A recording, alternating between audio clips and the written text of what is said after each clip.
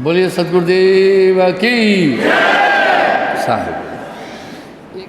जीव पड़ा बहुत लूट में, ना कुछ लेन न देन। क्या मतलब है? आत्मा बड़ी लूट में है, आत्मा को लूटा जा रहा है।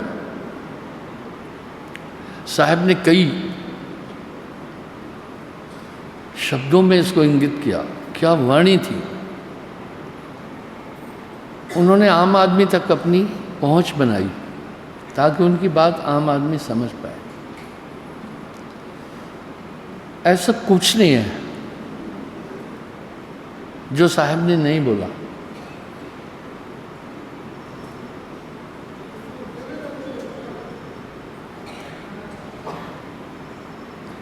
अकबर के 9 रत्नों में खाने ज़्यादा राम रहीम खाने ज़्यादा था। अकबर आज से 400 साल पहले हुआ था और साहब तो 625 साल पहले था। अगर आप देखेंगे तो रहीम के दोहों में कबीर साहब प्रत्यक्ष दिखेगा।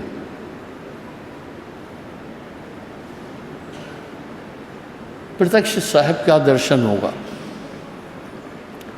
पर लोगों ने कबीर साहब को एक साजिश से इतना ब्लैकआउट किया, पूछो मत। लेकिन सत्य की एक आदत है, चाहे कितना भी दबाओ, एक दिन सत्य उभरेगा। आप अपना अपराध चाहे कितना भी छिपाओ, एक दिन प्रकट होगा। ध्यान रखना मेरी बात। तो साहब वाणी में कह रहे हैं, और शैली भी वही थी। खाने जाता राम रहीम कहीं से और नहीं सीख के आया था, कबीर साहब पर मंथन किया। ठीक है, तो साहब कह रहे हैं जीव पड़ा बहुत लूट में, ना कुछ लेन न देन। कैसी? कुछ लेना देना नहीं है। 2 आदमी का विवाद चल रहा था, एक तीसरा भी खड़ा था। तो पहले ने दूसरे को कहा, तुम्हें एक ऐसा तमाचा मारूंगा, तुम्हारे 34 दांत बाहर आ जाएंगे। तो जो दूसरा खड़ा था उसने कहा, भाई दांत तो 32 होते हैं, 34 कैसे निकल आएंगे? बोला 2 दांत तुम्हारे भी जाएंगे, क्योंकि तुम बीच में आओगे जरूर। तो जीव पड़ा बहुत लूट में, आत्मा बहुत लूट में पड़ी है। ना कुछ लेन न देन। आत्मा का किसी भी चीज से लेना ही देना नहीं है।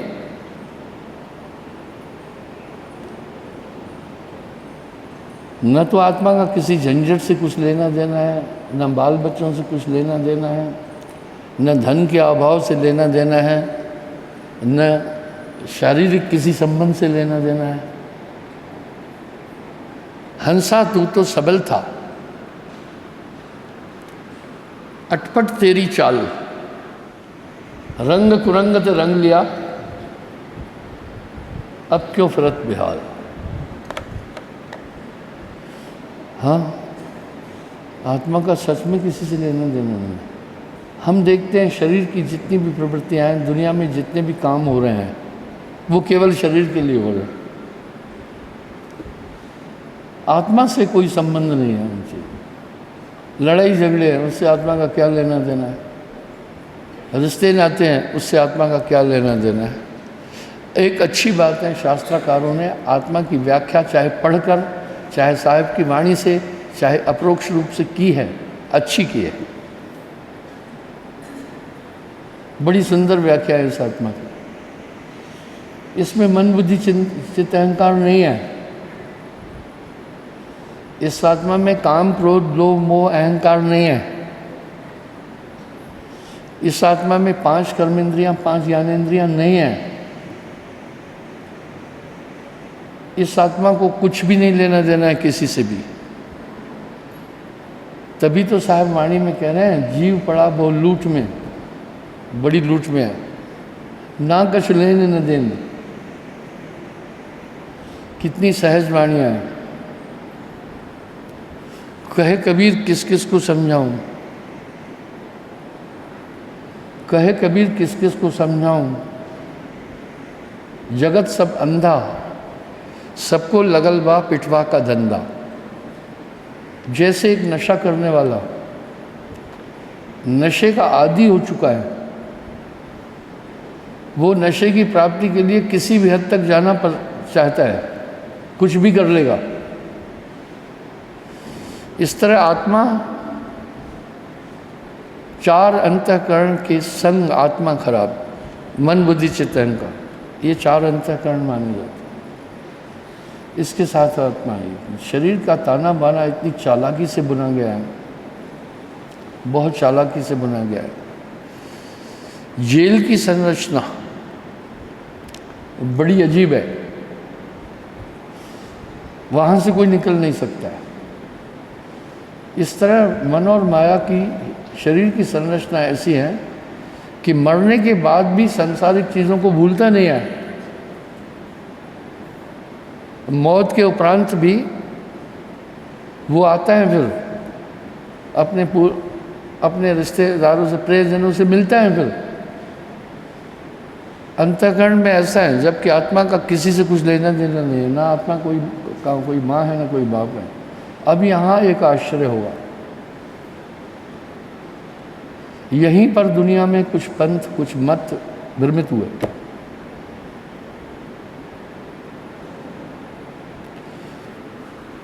अंश कहते हैं भाग को, अंश कहते हैं भाई थोड़ा, जैसे किसी को कहा भाई 10वां अंश है गुरु के चरणों में, अंश कहा ना, किसी मूल से एक हिस्सा। परमात्मा आत्मा का कोई माता पिता नहीं है, बड़ी विडंबना है। अजन्मा है, आत्मा का कोई अधिष्ठान नहीं। हाँ, आत्मा का अधिष्ठान भी नहीं है। माथा ठनक जाएगा व्याख्या सुन करके। इसका आदि और अंत नहीं। इसकी पुष्टि भी धर्मशास्त्र अच्छी तरह से कर रहे। फिर आत्मा आई कहाँ से? इसका कोई अधिष्ठान नहीं, इसको कोई बनाने वाला नहीं, इसको कोई मिटाने वाला नहीं। प्रश्न बड़ा गंभीर है, गहन है। ये न्यूनाधिक नहीं होती। क्या चीज़ है ये आत्मा? किसी भी देश काल अवस्था में इस आत्मा का कभी नाश नहीं होता। इसलिए जो आत्मवादी हैं वो आत्मा तक ही सीमित है। उनका तर्क है ये। मसला बड़ा गंभीर है। ये तो अंश है, अंश कहते हैं हिस्से को। ये तो परमात्मा का अंश है।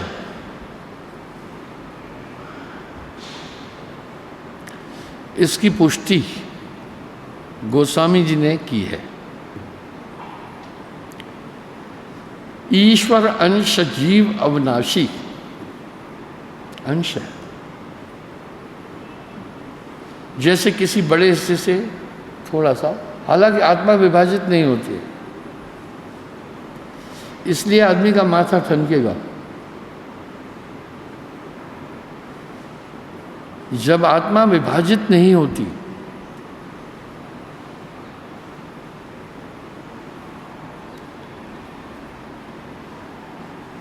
अविभाजित है, बट नहीं सकती, फिर परमात्मा से कैसे बट के आ गई? जो तार्किक शक्ति रखते हैं, आलोचक है, वो बहुत बारीकी में जाते हैं।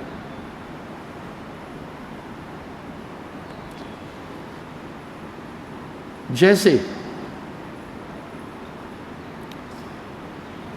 आपने पानी को उछाला, एक इस हिसाब से उछाला कि इसकी अत्यंत सूक्ष्म बूंदें हो जाए। इसलिए कुछ व्याख्या करता आत्मा को परमात्मा भी बोलते हैं। व्याख्याकर्ता बोलते हैं आत्मा परमात्मा है। ऐसी मान्यता रखने वाले काफ़ी लोग हैं। उनका तर्क है क्योंकि परमात्मा अविभाजित, अजर, अविनाशी और नित्य, न्यूनाधिक नहीं होता। आज तक किसी माता बहन ने कुत्ते को जन्म नहीं दिया, किसी हाथी ने बकरे को जन्म नहीं दिया। इसलिए ये परमात्मा का अंश है, हिस्सा है। अब ये बना कैसे, ये देखते हैं। अब सतलोक का वर्णन साहब ने किया है, बाकी कोई नहीं किया। उस लोक की तो कोई व्याख्या ही नहीं किया ना। सभी तो त्रिलोकीनाथ बोल रहे हैं, 3 लोक तक बोला। किसी ऋषि मुनि के मुंह से आपने चौथे लोक की तो बात सुनी नहीं है। त्रिलोकीनाथ। अब साहब क्या कर रहे हैं, 3 लोक में यम का राज, चौथे लोक में नाम निर्माण। इसलिए वहाँ काम नहीं है, वहाँ क्रोध नहीं है, वहाँ लोभ भी नहीं है, वहाँ मोह भी नहीं है। जीव हृदय तम मोह विषय की, छूटे न ग्रंथ किम जाए न पेकी। इसलिए निरंजन ने पैदा किए। इनका स्वरूप क्या है, आओ मैं बताता हूँ।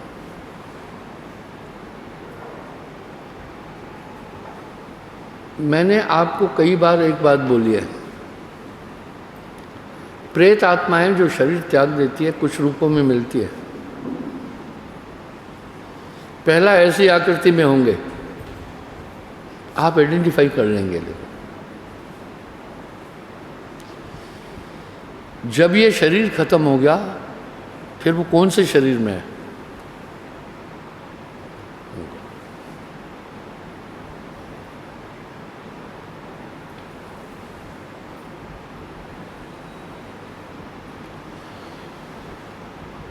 उसके बाद फिर वो कौन से शरीर में होंगे। शरीर है। दूसरा, वो ऐसे दिखेंगे नहीं, अनुभव होगा आपको। आपको अनुभव होगा कोई है यहाँ, वो अनुभव आपको भयभीत करेगा।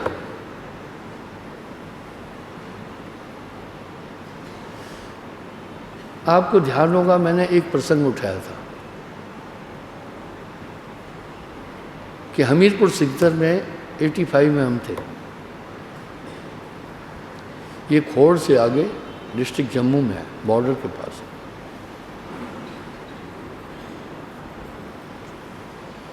तो बॉर्डर पर जवान जो थे, उनके अकाउंटेंट रूल में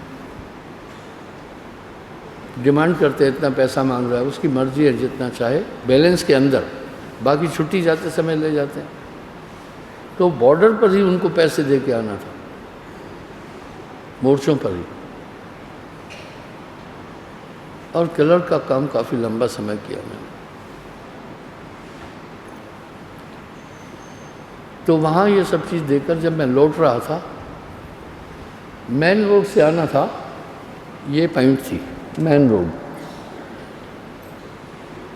मैं यहाँ था, आना था तो यूँ आना था, लेकिन बीच से एक पगडंडी भी जाती थी, तो आधे से भी कम नहीं हो गया। ऐसे 8-9 किलोमीटर हो रहा था और अंधेरा भी हो गया था। मैंने सोचा मैं इस तरह जाता हूँ, मैं इस तरह चल पड़ा। एक स्थान पर पहुंचा, मुझे लगा मेरा दिमाग कोई चीज़ घुमा दिया। मैं समझा, सुरती में आया। आपके साथ जो बातें शेयर करूंगा, कभी झूठ बोलूंगा नहीं और सहानुभूति होगी। मैं एकदम कंसंट्रेट हो गया। जो चीज़ इस तरह मेरे ऊपर आई, मैंने कंसंट्रेशन से पकड़ा, नाम की ताकत से उसको जमीन में दे मारा।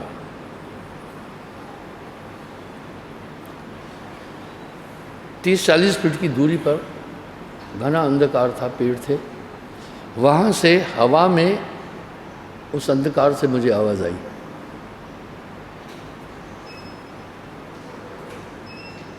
रुक जाओ, तुम कौन हो? मैंने उसकी तरफ किया। मैंने कहा, आप मुझे कभी भी नहीं भूल पाएंगे। मैंने उसको क्या कहा? आप मुझे कभी नहीं भूल पाएंगे। उसने कहा, हाँ, मैं कोई दुरात्मा नहीं हूँ। वो एक पीर की जगह थी, काफ़ी लोग वहाँ, मेला भी लगता, जाते हैं, मन्नतें करते हैं। बोला, मेरा एक यहाँ का नियम है, सूर्य ढलने के बाद इस रास्ते से किसी को नहीं आने देता हूँ, बाकी मैं नुकसान नहीं करता हूँ किसी का।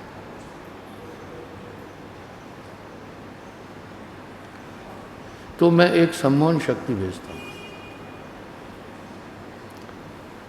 आप यहाँ अंधेरे में आए, इससे मुझे खलल होता है।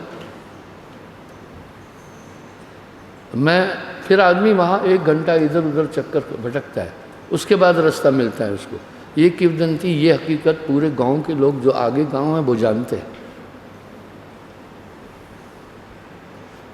बोला, आज आपने मेरी वो ताकत ख़त्म कर दी। मैंने बोला, तभी तो कहा आप मुझे कभी नहीं भूलेंगे। आपने कुछ ऐसी चीज़ें भी देखी होगी सीरियलों में, दिव्य शक्तियाँ किस प्रकार, वो आज भी है। वो सब चीज़ें बदस्तूर आज भी हैं। जब वहाँ से मैं आगे बढ़ा, मेरी बटालियन में जाने से पहले वहाँ बटालियन थी, एक रोड था जो खोड़ की तरफ और जम्मू आता है। जम्मू वहाँ से करीब 50 किलोमीटर है। उसके साथ एक सुआर, छोटा ट्रिब्यूटरी, नहर की छोटी एक शाखा थी। नहरों का क्लासिफिकेशन, रोड का क्लासिफिकेशन इस तरह है। रोड पहले होता है एक्सप्रेस वे, फिर आता है हाईवे, फिर आता है स्टेट हाईवे, फिर आता है main road, district to district connect करता है, फिर आता है रोड। कौन सा? कई कई छोटे गांवों में या उधर जाने के लिए आप देखते हैं रास्ते। उसके बाद आता है ट्रैक, जिस पर बैलगाड़ी, ट्रैक्टर वगैरह चलते, ट्रैक करते। फिर आता है पगडंडी। रोड क्लासिफिकेशन में सबसे छोटी इकाई है पगडंडी। इसी तरह नहरों में सबसे पहले आता है डैम। डैम से फिर कनाल हेड आता है, वहाँ से फिर आता है मैन कनाल, फिर आता है सब कनाल, फिर आती है डिस्ट्रीब्यूटरी, उसके बाद आती है ट्रिब्यूटरी। ट्रिब्यूटरी क्या है? छोटी नहर आई, उसमें से फिर किसान लोग अपने अपने खेतों में पानी पहुंचाते हैं, वो ट्रिब्यूटरी है। इसी तरह एक ट्रिब्यूटरी थी वहाँ। एक बूढ़ा वहाँ हाथ मुंह धो रहा था। मैंने कहा, बाबा, ये इस रास्ते में घना पेड़ों का जो एक झुंड है, मैंने इतना ही बोला। बोला, वहाँ से आ रहे हो क्या? मैं बोला, हाँ। बोला, फिर तुम 1 घंटा चक्कर काटे होंगे? मैं कहा, नहीं।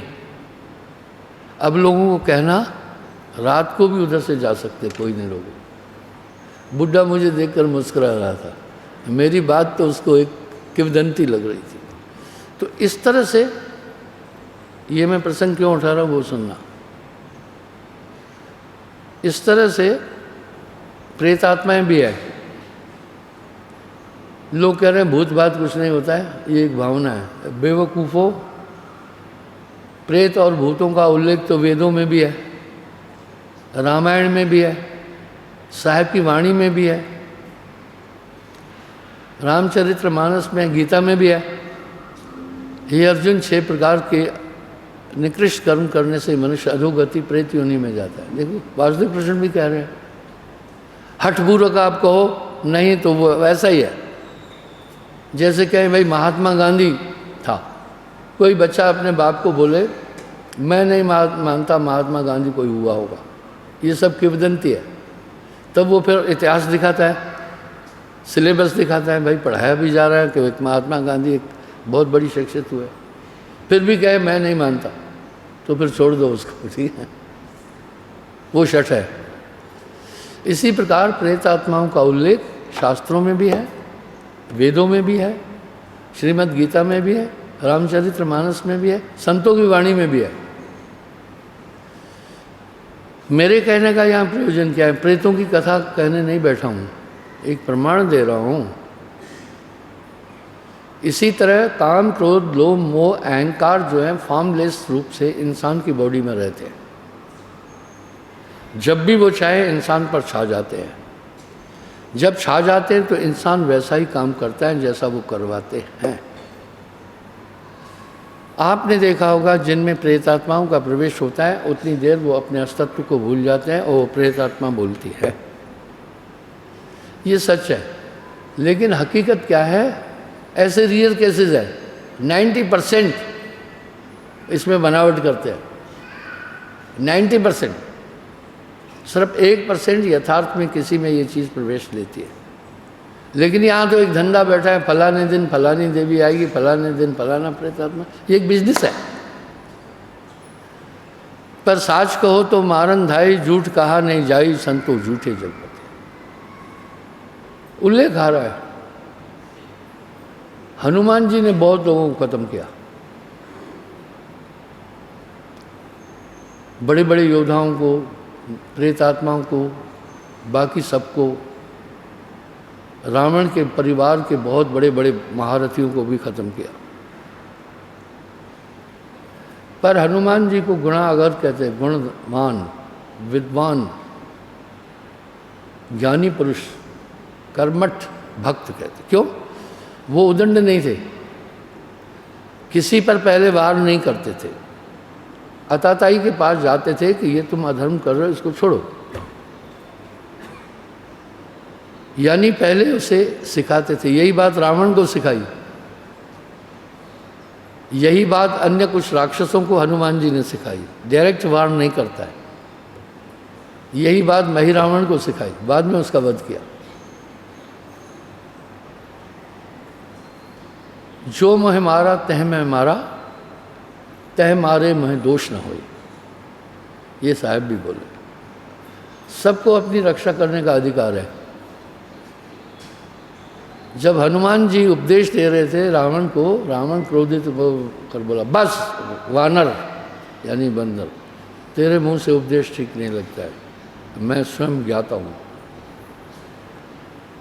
हनुमान जी ने तो उनको ये भी कहा कि परिस्त्री आपने हरण की हुई है, महापाप है, आप स्वयं एक ब्राह्मण और विद्वान है, इसलिए बात खत्म है, सीता जी को आप छोड़ दीजिए, राम जी से क्षमा मांग लो, वो दयालु है, तुम्हें क्षमा कर दो। यानी वो हमला अज्ञानी की तरह नहीं करता था, सबसे पहले उसको दोष का उल्लेख करता था, उसके बाद समझाता था, उसके बाद भी जब अगला उस पर आक्रांत होता था तब मारता था हनुमान जी। यहाँ साहब भी कह रहे हैं, जो मोह मारा तिह में मारा, तिह मारे मोह दोष न होई। इस तरह आदमी, ये वो योद्धा है जिनसे कोई विजय प्राप्त नहीं कर सकता है। तभी साहब एक बात बोल रहे हैं, एक दुई होए ताहे समझाऊं, एक दो हो उनको समझाऊं, सभई भुलान है पिटवा के धंधा, कहे कबीर किस किस को समझाऊं, सब जग अंधा। कहे कबीर मैं किस किस को समझाऊं, सब जग अंधा। इस तरह निरंजन की वो शक्तियाँ, काम, क्रोध, लोभ, मोह, अहंकार सबको लपेटे में ले रहे हैं। वेदव्यास जैसे तत्वदर्शी भी पुत्र विशोह में रोने लगे थे। मैं किसी की निंदा नहीं कर रहा हूँ, दुनिया निराली है, निंदा निंदा सब कहे, निंदा न जाने कोई, जैसे को तैसा कहे सो भी निंदा न होए। लक्ष्मण को जब शक्ति बाण नागफांस में मेघनाथ ने फंसाया था, उनकी मृत्यु करीब थी। राम जी के नैनों से आंसू आ गए थे। जिन्होंने रामायण सीरियल में ये चीज़ देखी हो तो हाथ खड़ा कर। मैं झूठी बात ही नहीं बोलता। मोह सकल व्याधिन को मूला, तासे उपजत बहुविध सूला। बड़े बड़े ऋषि मुनियों को इसने लपेटे में लिया। महर्षि भृगु तप कर रहा था। मैं उदाहरण देता हूँ। अरे जब कोई आदमी मर जाता है तो हम लोग कह रहे हैं ना कि यमदूत उसको लेके गए। किसी ने यमदूत को ले जाते देखा क्या? पर सही में यमदूत ले जाते हैं। जब यमराज आन पकड़ेंगे नेक धरत नहीं धीर, मुगरन मार के प्राण निकासत। वाह! सबसे बड़ा मोह शरीर का है। कहने के लिए लोग कहते हैं हे भगवान, हे मृत्यु आजा अब ले चल। ये सब किंवदंतियाँ और कथक चीज़ें हैं। एक बूढ़ी अक्सर कहती थी उठते बैठते, हे भगवान अब ले चलो, अब संसार अच्छा नहीं लगता है, बस ले चलो। संयोग से क्या हुआ, उसकी बेटी बड़ी बीमार हो गई थी, खटिया पर थी, और भैंस ने किसी पड़ोस के देग में मुंह डाल दिया। जब मुंह डाल दिया, फंस गया मुंह। अब भैंस बेचारी इधर उधर घूम रही, एक घर में घुसी, उस माई के घर में घुसी। माई ने सोचा, उनको पता है यमराज भैंसे पर चढ़ के आता है। माई इधर उधर तड़पने और भागने लगी। यमराज को हाथ जोड़कर कहा, महाराज मैं ठीक ठाक हूं, बीमार मेरी बेटी है, इसको ले जाओ। आदमी ऐसे कहता तो कहता है, हकीकत कुछ और होती है। मोह सकल व्याधिन को मूला, तासे उपजत बहुविध सूला। ये सबको खा जाता है, सबको मोह है। मोह एक प्रेत है। यही निरंजन ने आत्मा को बांधने के लिए ये 5 चीजें उत्पन्न की: काम, क्रोध, लोभ, मोह, अहंकार। ये एक से एक धुरंधर हैं। तो भृगु तप कर रहे थे, उनका पुत्र उनकी देखभाल कर रहा था।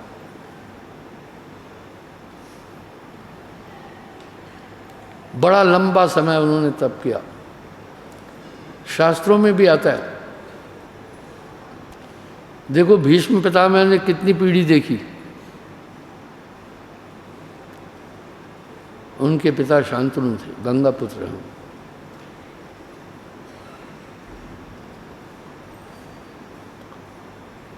उन्होंने फिर दूसरी पीढ़ी देखी, विचित्र वीर्य।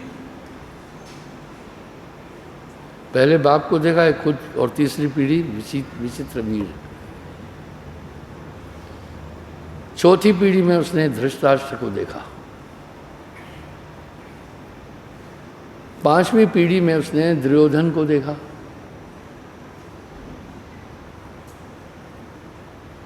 6ठी पीढ़ी में उसने दुर्योधन के पुत्र को देखा, वो भी युद्ध में मारा गया। आप देखो ना, 7वीं पीढ़ी में परीक्षित को देखा, 7 पीढ़ी तो देख लिया, तो उसने 7 पीढ़ी देखी, बड़ी बात नहीं है, आयु लंबी थी। तो जब मृत्यु हो गई, उनका बेटा बाप की देख रेख कर रहा था। इतने में ये मैंने संवाद योगा वैशिष्ट में उठाया है, किसी को पता होगा।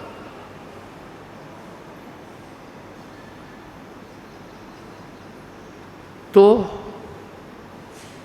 वो उस अप्सरा के साथ चला गया अंतवाहक शरीर से। मैं आपको एक हिदायत दे रहा हूं, ध्यान से सुनना। आपने अगर किसी स्त्री पर विषय का पूरा मन बना दिया, वो सेक्स है, समझे क्या? वो मानस सेक्स है। इसलिए सीता जी ने, यानी पूरा मन बना दिया, उस पर आसक्त हो गए आप, मन बना, वो सेक्स है। इसलिए शास्त्रों में 8 तरह का सेक्स बोला गया, इसलिए वो भी नहीं जाना चाहिए। बस वो अप्सरा का पीछा करते करते, बाद में बताऊंगा कहाँ तक क्या। बहुत समय बाद जब भृगु जागा, अपने पुत्र की अस्थियां देखी, क्रोधित होकर श्राप दिया, हे यमराज, जाओ तुम मृत्यु को प्राप्त हो जाओगे। यमराज प्रकट हो गया, तब की ताकत थी। बोला, हे भृगु, तुम्हारे श्राप से मैं नष्ट नहीं हूँगा। तुम्हारा श्राप न्यायोचित नहीं है, क्रोध में है। क्रोध में मनुष्य भूल करता है। मैंने आपके बेटे को कुछ नहीं किया, वो तो अपनी करने के अनुसार गया। एक अप्सरा जा रही थी स्वर्ग की तरफ, उसने ऊपर देखा, बड़ी सुंदर थी। तुम्हारा पुत्र ये शरीर छोड़कर अंतभाग शरीर से उसके पास पहुंचा। देवलोक में पहुंचने के बाद उसने इंद्र से कहा कि मैं इससे विवाह करना चाहता हूं, मैं महान तपस्वी भृगु का पुत्र हूं। उसने कहा, देखो स्वर्ग में विषय नहीं होता है, स्थूल बॉडी नहीं होती, और अगर तुम्हें शादी करनी है तो फिर पृथ्वी पर जाकर तुम्हें दूसरा जन्म लेना होगा। इस अप्सरा को भी, अप्सरा की भी सहमति थी। ऋषि पुत्र बहुत सुंदर। उसके बाद यमराज ने बताया उनको, भृगु को, ये दोनों पृथ्वी पर जन्म लिए और योग के अनुसार दोनों का विवाह हुआ। इसलिए शादी के समय नहीं कहते योग बिठाओ कि ये विवाह हो सकता है, नहीं हो सकता, बिठाते हैं। अभी वो दोनों संसार में पति पत्नी के रूप में रहते हैं। चलो ऋषिवर, मैं तुम्हें दिखाता हूं। यमराज उनको ले गया उसी जगह, भृगुपुत्र से था। भृगु ने अपने तप की शक्ति से उसको अतीत दिखाया। लड़के ने भी कहा, ओ मैं भटक गया था। ये सब चीजें आपके अंदर हैं। तो भृगु ने अपने बेटे की पुरानी चेतना जगाई। ये भी कोई बड़ी बात नहीं है, वो सब चीज़ें फीड है, सब सिस्टम है।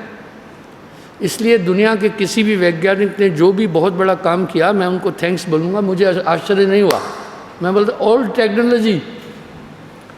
अभी जो ये मेमोरी ट्रांसप्लांट कर रहे हैं, ये भी मैं कह रहा हूँ, ये भी ओल्ड टेक्नोलॉजी। हमारे देश में बहुत बड़ा विज्ञान था। तो कहने का ये मतलब है, देखो भृगु को भी मोह आ गया ना पुत्र का, श्राप दे दिया उसको। तब मृत्युदेव ने उनको समझाया, हे भृगु, इस संसार में इंसान स्थूल शरीर को प्राप्त करता है, वो जर्जर हो जाता है, खुद कहता है हाय मौत आ जाओ। जब मौत नहीं होगी आदमी कितना दुखी हो जाएगा। दुनिया के अंदर जो भी सिस्टम निरंजन ने बनाए सब बिल्कुल भी विधिवत है। अरे मोह नहीं होता तो माई बच्चे को जन्म देकर नाले में सुट के आना था, कौन इसका लेसन उठाए? मोह के कारण तो लिए घूम रही है। भृगु को समझाया, हरि काहू के मित्र नहीं, नहीं काहू के शत्रु, जो जैसी करनी करे ताहे तास फल देत। इसलिए सावधान, ये कर्म भूमि है, खबरदार। आप किसी दुर्बल को नहीं सताना, आपको 1000 गुना ज़्यादा सताया जाएगा। आप किसी गरीब दुर्बल को नहीं मारना, आप किसी कुरूप को नहीं सताना। अभी यहाँ साहब क्या बोल रहे हैं पता है? यही भूल इंसान कर लेता है। दुर्बल को न सताइए, या की मोटी हाय, इसकी हाय बहुत ज़बरदस्त है। बिना सांस की फूकनी लोहे देत गलाए। दूसरा साहब कह रहे हैं, इस गढ़ भीतर 9 लाख तारे, इसी में सूरज चंदा, इस गढ़ भीतर बाग बगीचे, इसी में सींचन हारा, इस गढ़ भीतर रिद्ध सिद्ध के भरे अखंड भंडारा, इस गढ़ भीतर काम ध्यान है, कल्प वृक्ष न्यारा। सब कुछ तो आपके पास है, इस्तेमाल करना नहीं आ रहा है तो अलग बात है। इसलिए ये हाय बहुत खतरनाक होती है, सावधान रहना, सबसे डरना। कर्म भूमि है, किसी से बेईमानी किया 100 रुपये की तो 1000 गुना ज़्यादा वो आपको 1 लाख रुपया नुकसान हो। यह संसार काल है राजा, यहाँ कर्म का जाल पसारा है। कुछ तो आपको पूर्वोक्त कर्मों के कारण से दंड मिलता है, कुछ वर्तमान के कर्मों के कारण मिलता है। इसलिए नामदान के टाइम पर आपके पूर्वोक्त कर्म जितने थे साहब ने बाइंड अप कर दिया गुरु ने, पर आगे जो पाप करोगे उसका फल भोगना है। आपको लाइसेंस नहीं दे दिया कि अब पाप करते चलो, नाम की ताकत से कट गया, नहीं, वो तुम्हें भोगना है फिर। यह संसार काल है राजा, यहाँ कर्म का जाल पसारा है। बहुत सोच कर चलना, किसी से धोखा मत करना, किसी को दुख नहीं देना, आपकी आंतरिक शक्ति धूमिल होती जाएगी। जब कमरे में आपने बहुत कीमती जेवर रखे हैं, कचरा भी है, तो फिर जेवरों का अस्तित्व यानी खुशबू भी रखिए, खुशबू का अस्तित्व खतरे में नहीं हो गया। इस तरह ये दिल के उजरे को सफ़ा करना, अपनी सोच को नेगेटिव नहीं जाने देना, अपनी ओर से जितना हो सके एक सात्विक ज़िंदगी जीना, सब चीज़ें आपके पास फिर आ जाएगी। हर चीज़ का एक संसाधन है। तो बंधुओं, इस प्रकार से अब मोह कितना है, ताकतवर है ना।